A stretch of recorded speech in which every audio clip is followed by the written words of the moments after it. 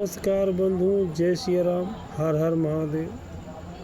हमसे जुड़ने के लिए बहुत लोगों को धन्यवाद और साधुवाद। यहाँ पर एक प्रश्न आता है कि बालकों को दांत निकालने के लिए किन महीनों में दांत निकले तो ज़्यादा अच्छा माना जाता है। क्या दांत से भी बालक के जीवन में इसका प्रभाव पड़ता है?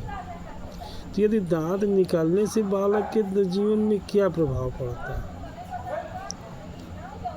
उसकी भी चर्चा करते हुए जानते हैं। यदि बालक के प्रथम मास में दांत निकल आए तो वो स्वयं के लिए कष्टकारी बनता है और उसकी आयु के लिए भी अरिष्टकारी सिद्ध होता है।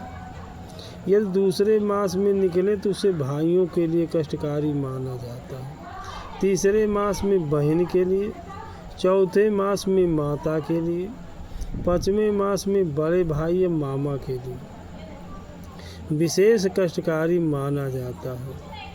छठवें मास में दांत निकले तो अत्यंत सुख और सातवें मास में पिता को सुख मिलता है। आठवें मास में देह को शरीर को पुष्ट करता है।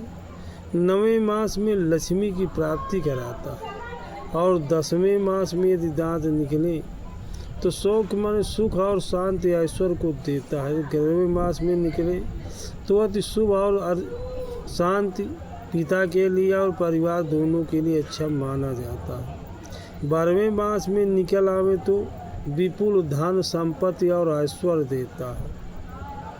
ठीक, ये तो 12 मासों का फल हो गया। यदि गर्भ में ही दांत से ही दांतों सही उत्पन्न हुआ हो तो पिता माता के लिए सुख से विहीन, अथवा ऊपर की पंक्ति में दांत निकले हों तो माता को तथा पिता को नाना के पक्ष के लिए हानिकारक माना जाता है। यह तो उपरोक्त अशुभ मासों में बालक को दंत उत्पत्ति की संभावना हो तो उसके लिए महामृत्युंजय मंत्र का जाप कराना चाहिए, या जिस नक्षत्र में जन्म हुआ हो उस नक्षत्र के ग्रह को शांति करानी चाहिए।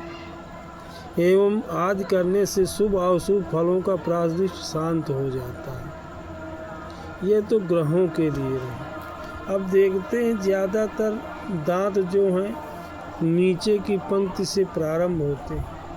यदि ऊपर की पंक्ति से दांत निकले मुश्किल से तो माता के लिए ज़्यादा या नाना के लिए कष्टकारी माना जाए।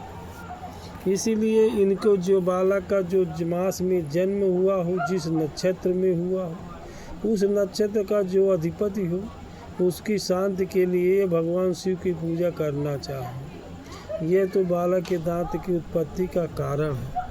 अब शेष आगे के भाग में फिर बताएंगे। विशेष जानने के लिए हमसे संपर्क कर सकते हैं। जय श्री राम, हर हर महादेव।